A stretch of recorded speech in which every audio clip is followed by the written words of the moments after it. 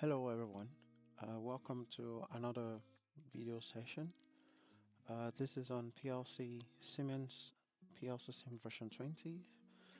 Today we'll talk about sequence. In our last video, we already talked about the simulation table, and right here I have the same program. I've loaded some program on the PLC. I have the simulation table here. So if you haven't seen that, please go ahead and see how we set up the simulation table version 20. So what I want to show now is how to set up the sequence. In this PLC, I already set up a program like a motor start stop program, and we want to simulate that. So we want to set up a sequence to simulate that.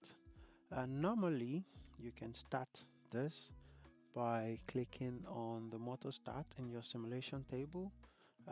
It's supposed to start, but because I already put a motor stop here, which I will disable now, and then the flip-flop starts. So this motor, as an example, starts. When I click on the motor stop, it resets the SR flip-flop, and then it also disengages the start button, which is here. On the simulation table, it is on, but I just put this as an interlock, which I can also disable here. So if you have a test that you want to test, you can do this manually by yourself. You enable the start, you disable the stop, it starts. You enable the stop, you disable the starts, and then it works how you want it. However, you can also make this as a sequence, and that's what I want to show now. So the first thing you do is to set up a sequence, and right here we have a sequence. We have some actions which you want to run in sequence. Here I would say let's add a motor start, and then we have the motor stop.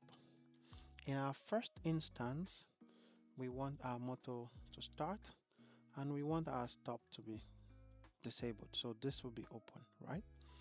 We can already test this. If we click on this, yeah, it starts, the motor stop is stopped, right? So that's fine.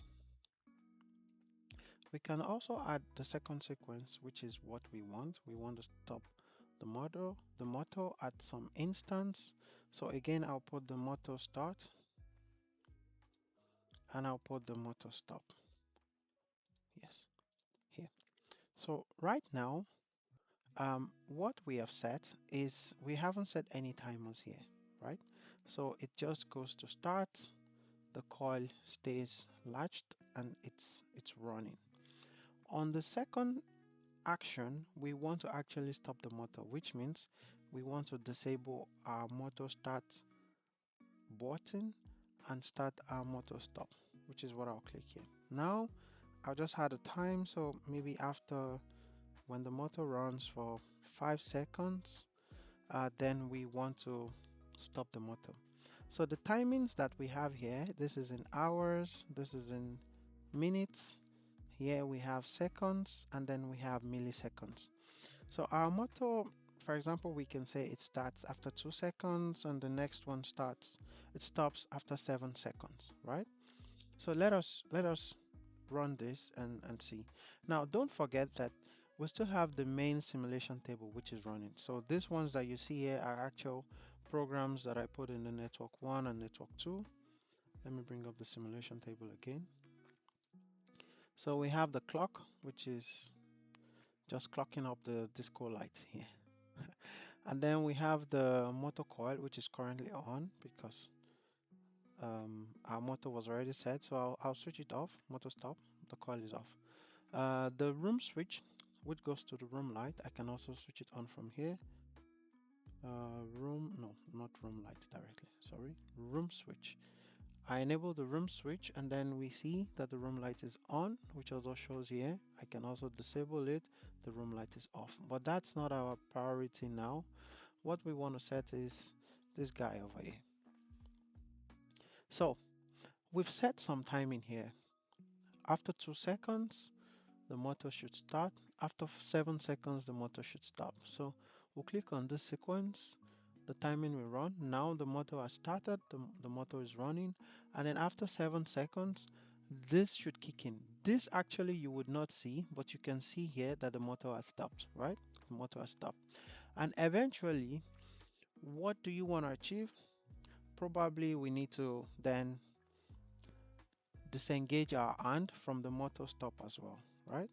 So right now we're pressing the motor stop button, but we want to also disengage our hand, just like we've disengaged the start button in this second action. So I'll put on the third action, which I'll add here, I'll say motor start, motor stop, and both of them I want to disengage, and I want this to happen probably after 10 seconds, because once you start the motor you stop and then you want to disengage. So I'll run this, and then it will run motor starts.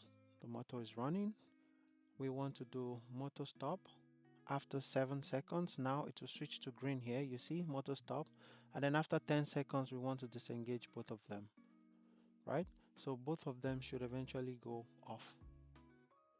Yes, now we can see that both of them are off. So this is a sequence that we have programmed, which you can use in any of your program if you want to run something. Another thing you can do is you can also, if you double click on the sequence, you can add this option of repeating it until manual stop. So you want to actually set the sequence to be automatic. So I'll click on this, and then we can go back and click on this. So this process will keep repeating by itself unless I manually stop it. So let's see. So now we're on stop, both of them should go off, and then we'll repeat again. Now we are here, it's green, right? So now both of them are off, and now it starts again. So you can see it's counting here. The sequence is counting, so you can use this to also monitor. So for example, you based on whatever program you're testing actually, right? You can always program it however you want. For this training, this is what I just programmed to show you how the sequence works. So for example, you want to test something on a pump, you know how a pump works, or maybe a conveyor or whatever. You can use this sequence to simulate that particular device, and you can always keep it running until you yourself come here to stop it. You can stop it from here. You can also override what you do in your sequence. For example, I can come here now and click on stop directly. It stops, right? And I've disengaged again, but the sequence still keeps running. So you can keep this running, and you can go up in your simulation table because this takes more priority above your sequence. So now it's on the fourth run of sequence until you go ahead to stop it, which is what I will do now. So I've stopped the sequence, and that's what I wanted to show you in this video. So you can go ahead and practice this. If you have any questions, you can already ask, drop your comments. Thank you.